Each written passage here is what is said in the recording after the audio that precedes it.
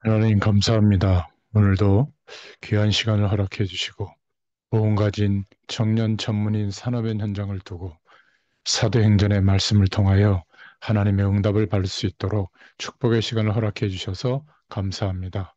오늘도 우리 각자에게 주시는 주의 음성을 듣는 축복의 시간이 되게 하여 주옵소서. 예수님의 이름으로 감사하며 기도드렸습니다. 아멘. 네, 하나님 말씀 사도행전 22장 6절부터 16절입니다. 가는 중 다메섹에 가까이 갔을 때에 정오쯤 되어 호련히 하늘로부터 큰 빛이 나를 둘러 비치매 내가 땅에 엎드러져 들으니 소리 있어 이르되 사울아 사울아 내가 왜 나를 박해하느냐 하시거늘 내가 대답하되 주님 누구시니까 하니 이르시되 나는 내가 박해하는 나사렛 예수라 하시더라.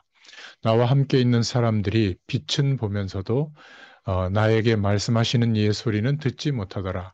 내가 이르되 주님 무엇을 하리이까? 주께서 이르시되 일어나 다메섹으로 들어가라. 내가 해야 할 모든 것을 거기서 누가 이르리라 하시거늘 나는 그 빛의 광채로 말미암아 볼 수 없게 되었으므로 나와 함께 있는 사람들의 손에 끌려 다메섹에 들어갔노라. 율법에 따라 경건한 사람으로 거기 사는 모든 유대인들에게 칭찬을 듣는 아나니아라 하는 이가 내게 와 곁에 서서 말하되 형제 사울아 다시 보라 하거늘 즉시 그를 쳐다보았노라. 그가 또 이르되 우리 조상들의 하나님이 너를 택하여 너로 하여금 자기 뜻을 알게 하시며 그 의인을 보게 하시고 그 입에서 나오는 음성을 듣게 하셨으니 내가 그를 위하여 모든 사람 앞에서 내가 보고 들은 것의 증인이 되리라. 이제는 왜 주저하느냐? 일어나 주의 이름을 불러 세례를 받고 너의 죄를 씻으라 하더라. 아멘. 네, 오늘 무엇을 하리이까라는 제목입니다. 우리 복음 가진 청년 전문인 산업인들이 어, 아마 열심히 오늘도 중요한 일들을 두고 고민도 하고 또 열심히 살았을 겁니다. 세 가지 질문을 가지고 아마 그 답을 찾은 사람도 있고 또 답을 발견해 가는 과정 중에 있는 사람도 있을 겁니다. 우리는 지금 어느 시대에 살고 있는가? 우리가 지금 살고 있는 이때가 어느 때인가? 여기에 대한 눈이 열려야 되겠죠. 그리고 두 번째는 나는 지금 왜 이 일을 하고 있는가? 나는 왜 어떤 사람과 또 동업을 한다든지 또 직장에서 일을 한다든지 또 결혼을 했다든지 어, 어떤 분야를 두고 인도받고 있다든지 또 가정을 이루었다든지 왜 그 현장 속에 내가 있을까? 왜 그 일을 하고 있을까? 여기에 대한 지금쯤이면 분명한 이유와 답이 있어야 될 겁니다. 그리고 세 번째는 그렇다면 내 인생 전체를 두고 하나님은 어떤 계획을 가지시고 나를 인도하고 계실까? 하나님의 계획이 무엇일까? 평생의 기도의 제목이 아마 지금 세워져 가는 그런 과정 중에 있을 겁니다. 이미 그 답이 온 사람도 있겠죠. 오늘 사도행전 22장 6절부터 16절의 말씀을 통해서 사도 바울이 왜 일평생 하나님 앞에 복음 전하는 전도자로 세워져서 인도받게 되었는지 지금 어, 로마의 성체에 들어가기 전에 지난주에 우리가 말씀을 나눴죠. 거짓으로 모함을 해서 사도 바울을 막 죽이려고 하는 막 매를 맞고 말이죠. 그때 천부장이 로마 군대를 이끌고 와서 이 바울을 체포해서 그런 형식이지만 아무튼 로마 성체로 보호에 들어가는 그런 일들을 통해 가지고 이제 제4차 전도 여행이 시작되죠. 고발이 되고 가이사 앞에 이제 갈 때까지 로마 군인의 보호를 받으면서 이제 인도받게 됩니다.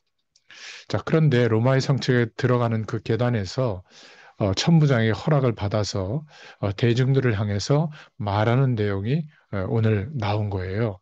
23년 전에 자기의 모습을 돌이켜 보면서 지금 성난 대중들을 향해서 복음을 말하고 있는 내용입니다. 그래서 오늘 첫 번째로 어, 사도행전 22장 1절에 보니까 부형들아 내가 지금 여러분 앞에서 변명하는 말을 들으라 이렇게 말하고 있죠. 이 부형들아 이 말은 동료, 선배 여러분 이렇게 표현할 정도로 좀 공손한 표현이에요. 좀 낮은 자의 표현이죠. 이때만 해도 바울은 이미 나이가 상당히 들어 있었지만 그런 자세로 존중하는 표현으로 성난 대중이 자기를 죽이려고 했지만 막 죽여라 이렇게 연호하고 있는데 바울은 다른 눈으로 그들을 바라보면서 말을 하고 있는 겁니다. 보통 내가 하는 여러분 앞에서 내가 지금 변명하는 말을 들으라 이렇게 말하고 있는데 사실 모함이다. 나는 그런 적이 없다. 먼저 오해하고 있는 그런 거짓 선동에 대해서 해명을 해야 될 것인데 바울이 헬라인을 데리고 유대인들이 그렇게 거룩하게 여기는 이방인은 못 들어가는데 성전에 데리고 갔다. 이런 오해가 선동이 되어가지고 막 폭동이 일어났거든요. 거짓 정보라고 말하는 것이 우선순위일 것 같은데 바울은 사람들이 자기를 바라보는 시각이 아니라 자기가 현장과 사람을 바라보는 시각으로 그 답을 말하고 있는 거예요. 오히려 변명이라고 말하는데 성전에 들어간 모함받은 그 사건에 대해서가 아니라 자신이 복음을 왜 전하는 사람이 됐는가 그것에 대해서 말하고 있는 겁니다. 22장 2절에 보니까 그들이 그가 히브리 말로 말함을 듣고 더욱 조용한지라 이어 이르되 이렇게 말하고 있죠.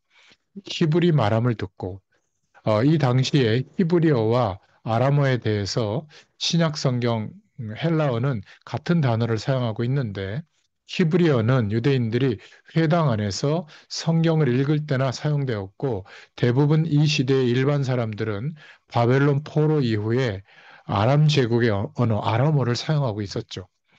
그래서 팔레스틴 지역이 아닌 다른 곳에 있던 유대인들은 이 아람어를 잘 몰랐어요.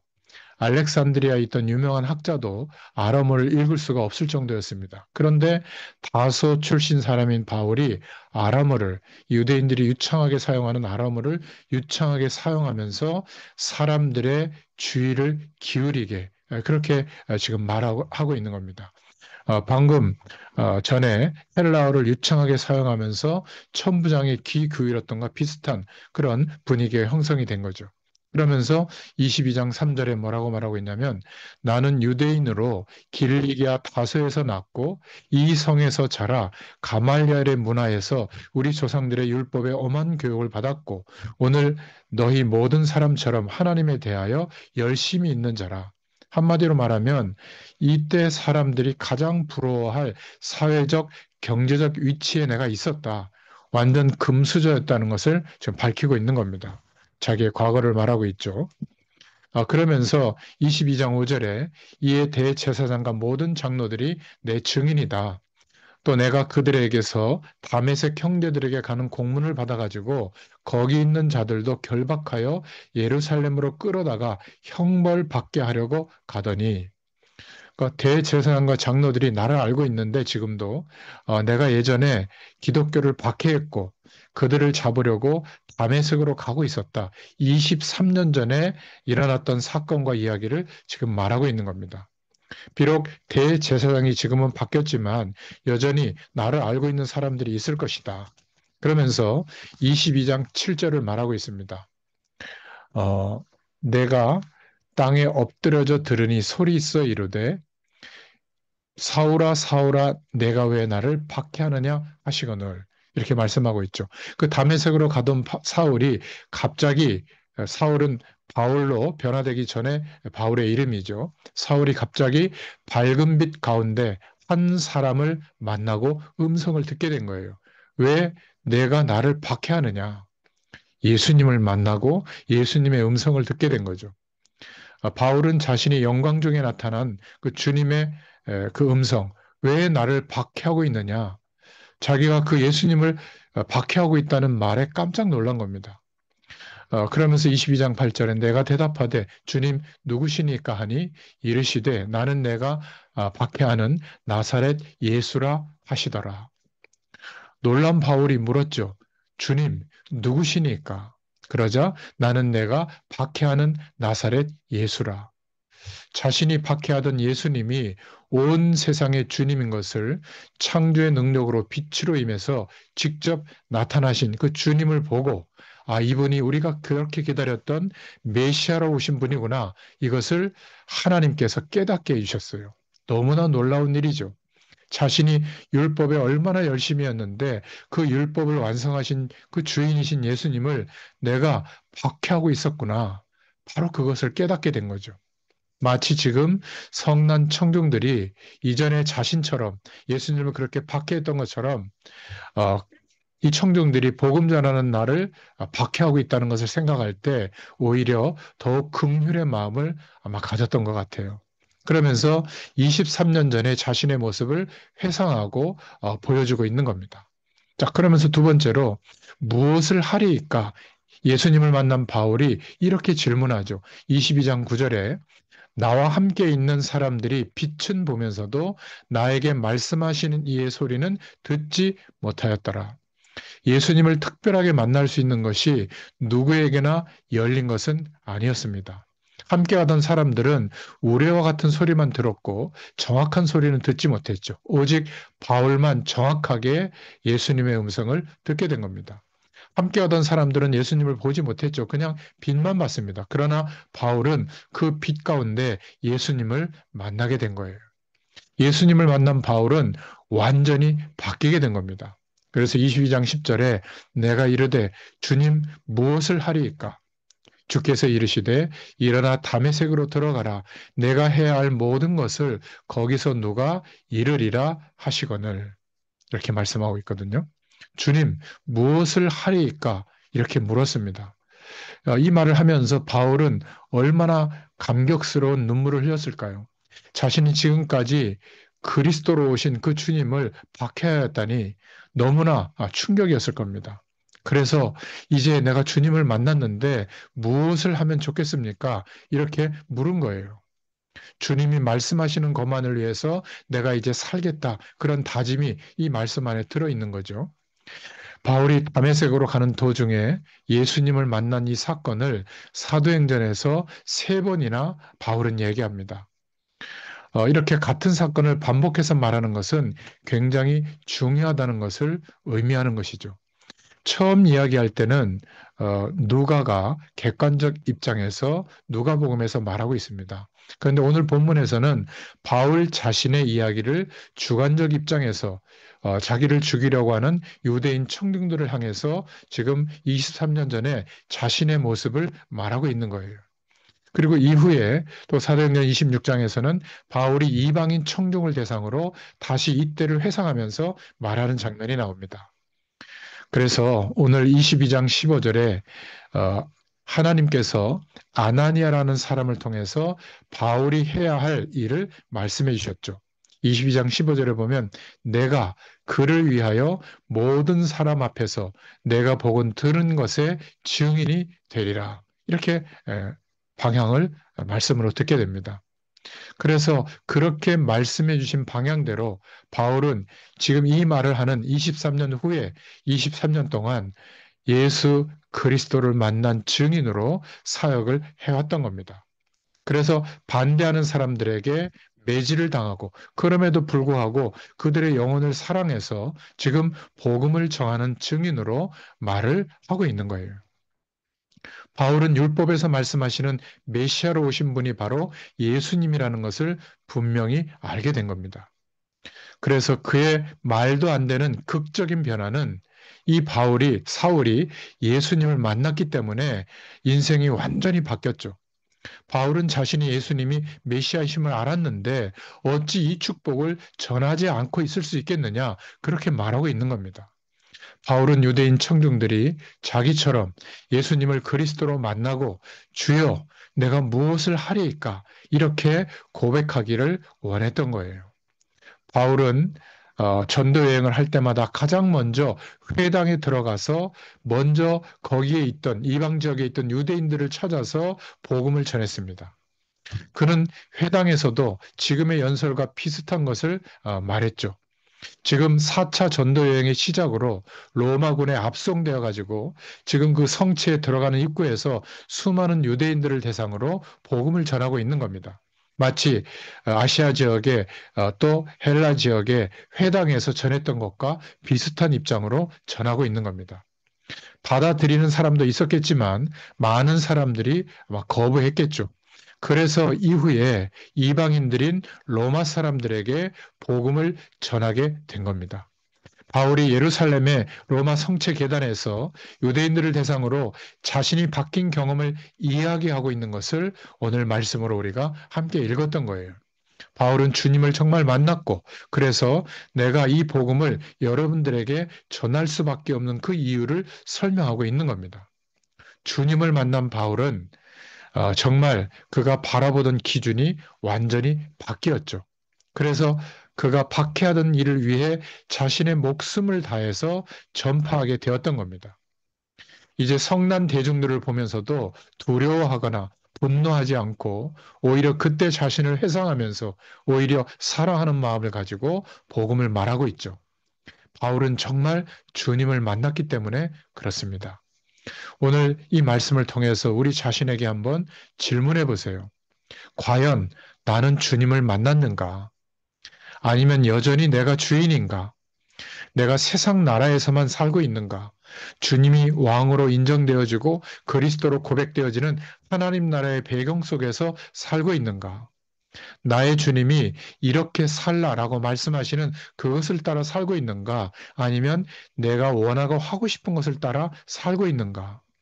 여러분, 우리 자신을 구원하지 못합니다. 주님을 만나야 그리스도의 신 주님이 나를 구원하십니다. 주님이 말씀하신 것을 따라 살지 않으면 주님을 만난 것이 아니죠. 지식적인 동의만 한 것이죠. 주님께서 우리에게 말씀하시는 그 내용을 따라 살아야 주님을 만난 하나님의 사람인 줄로 믿습니다. 그래서 오늘 세 번째로 생각해 볼 것은 과연 우리는 세상에서 살아가면서 열심 싸움에서 이기고 있는가? 지금 유대인들을 향해서 바울은 자신을 간증하고 있잖아요. 선교지에서 바울이 가르칠 때 율법이 완성되어졌기 때문에 유대인들이 행하던 할례 의식, 그리고 모세의 정결법을 지키는 거, 또 절기를 지키는 거, 그거 꼭 그렇게 하지 않아도 된다.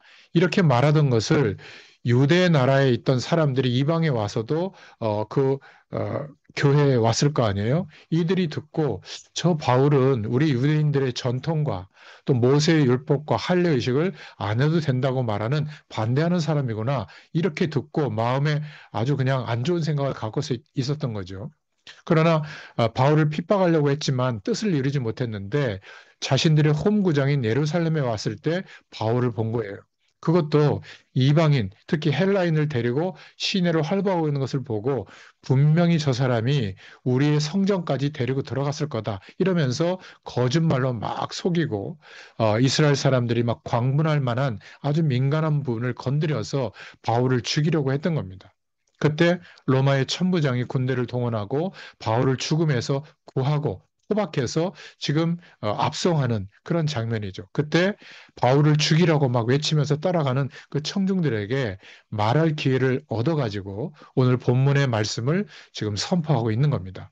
자신의 어떤 과거를 돌이키면서 내가 여러분들에게 하는 말을 들어라 이러면서 복음을 말하고 있는 거죠. 바울을 죽이려고 하는 이 유대인들의 열심은 상상을 초월해요. 바울이 하지 않는 일을 막 모함해서 거짓말을 하면서 막 선동해서 막 폭동이 일어난 거죠.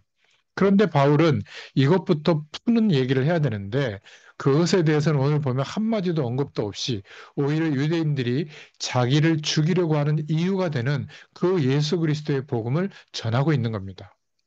유대인들은 그들의 열심으로 바울을 죽이려고 하고 있었는데 바울은 바울의 복음에 대한 열정, 그 열심으로 거꾸로 유대인들을 살리고자 하고 있는 거예요. 이 열심 싸움이 보이십니까? 우리는 매일매일을 살아가면서 이런 중심에 열심의 싸움이 있는가? 아니면 세상의 방향과 인생관과 세계관에 동화되어서 살고 있는가?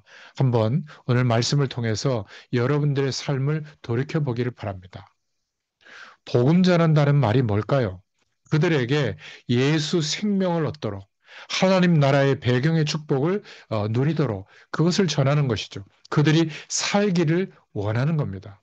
바울을 죽이려고 하는 유대인들의 열심은 대단했지만 그들의 열심이 바울의 복음의 열심을 꺾지 못했던 거예요. 바울은 그를 죽이려고 하는 사람들 앞에서 그들을 살리는 복음의 메시지를 전한 겁니다. 자신의 신앙에 대한 체험과 관증을 말하면서 자기의 과거와 인생을 오픈했죠. 그가 할 수 있는 모든 진실로 지금 유대인들을 대하고 복음을 전하고 있는 겁니다. 진심으로 이 유대인들을 살리고자 한 거예요.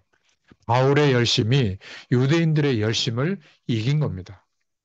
이게 바로 세상을 변화시키는 열심이에요. 주님께서 하신다. 맞죠? 그 믿음 있는 사람은 이런 열심이 나오게 되어 있어요. 우리들의 열심이 바로 이런 열심이 있어야 될 줄로 믿습니다. 그래야 세상을 변화시키는 믿음이 되고 그런 열심의 열매가 나타나는 거죠. 바울처럼 죽음도 이기는 열심. 바울은 죽음의 위협을 무릅썼죠. 원수도 살리고자 하는 열심. 지금 자기를 때리고 죽이려고 했던 사람들을 살리기를 원하고 있는 겁니다. 살기가 등등한 그들의 열심을 이기는 바울의 열심이 있어서 현장은 뒤바뀌게 된 거죠. 우리들이 하나님을 사랑하고 또 주님을 사랑하고 교회를 사랑한다고 말합니다. 그런데 그 열심이 지극히 작아서 조그만한 위협과 문제만 생기면 사그라드는 열심인 경우가 너무 많지 않습니까? 우리들의 현주소를 한번 바라보세요. 회사나 학교나 또 중요한 일을 할 때 결근하거나 늦거나 그러지 않잖아요. 그런데 교회는 무단 결근하는 것을 당연하게 생각합니다. 또 열심히 회사에 막 이렇게 열심히 최선을 다하는데 우리의 열심이 직장 생활하는 거에 미치지 못해서 되겠어요?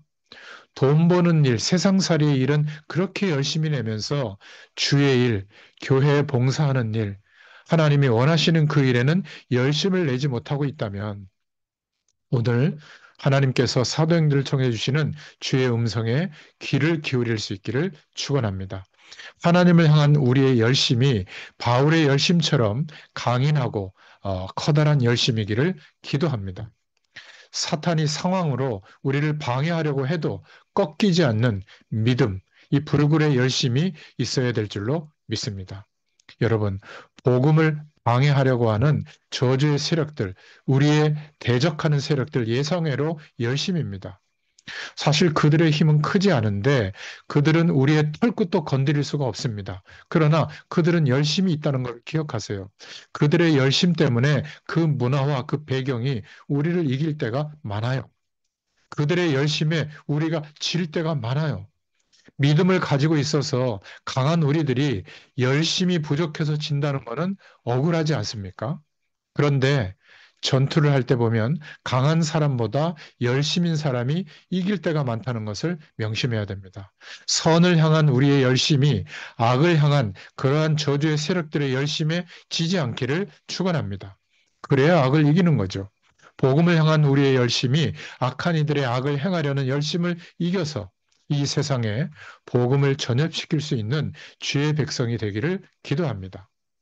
복음 가진 청년 전문인 산업인들에게 부탁합니다. 지금이 어느 때인가를 볼 수 있는 역사 의식이 열려지도록 기도할 수 있기를 바랍니다. 여러분, 지금이 어느 때입니까? 지금 역사는 어떻게 흘러가고 있습니까?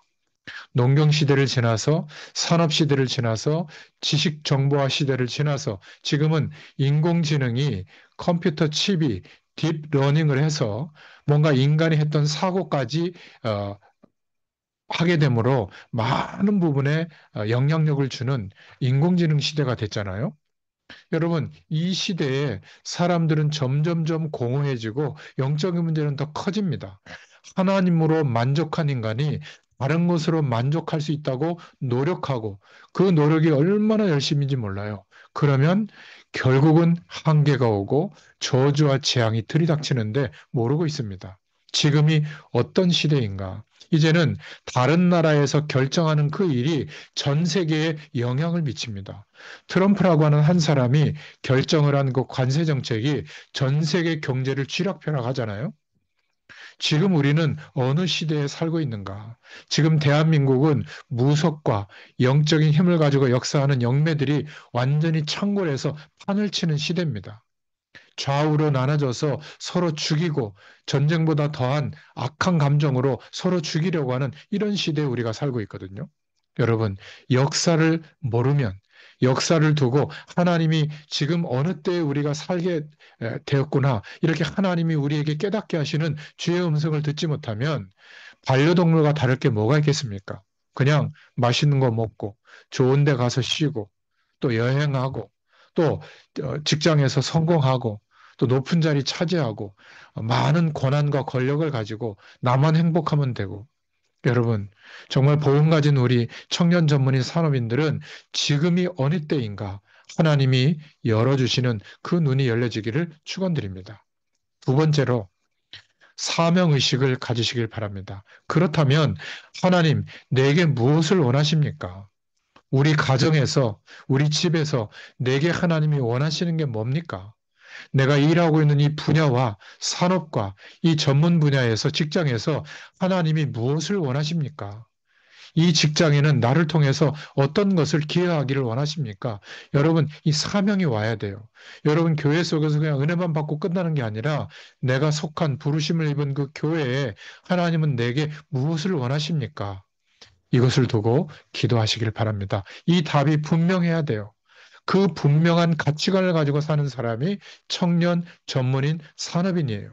위기가 와도 불이익이 와도 그 가치관 때문에 사는 것이 청년이거든요. 그렇지 않습니까? 그렇지 않다면 타협하는 기성세대와 다를 바가 뭐가 있겠어요? 마지막 세 번째로는 소명의식입니다. 하나님이 나를 이것 때문에 부르셨다고 주의 말씀과 성령의 감동으로 확정해 주시면 나라도 순종하겠다. 아무도 없어도 하나님 나라도 이 부르심 앞에 순종하겠습니다. 자, 이렇게 될 때 내가 왜 살아야 되는지 내 인생과 생명을 걸 이유가 있는 거예요. 여러분, 우리 인생이 생명 걸 이유가 없는데 무슨 지속이 되겠습니까? 결혼 생활도요, 권태기가 오고요, 삶의 의미가 없을 거예요. 인생의 결과가 열매 맺어지기가 어려운 겁니다. 내 인생을 들여도 아깝지 않는 역사의식, 사명의식, 소명의식이 복음 안에서 저와 여러분에게 완전히 결론 내려지기를 축원드립니다. 그래서 하나님의 역사하심이 매일 우리의 삶 가운데 나타나기를 축원드립니다. 기도하겠습니다. 하나님 오늘도 감사합니다. 사도행전의 말씀을 통하여 사도 바울이 왜 일평생 복음 전하는 것에 자신의 생을 들였는지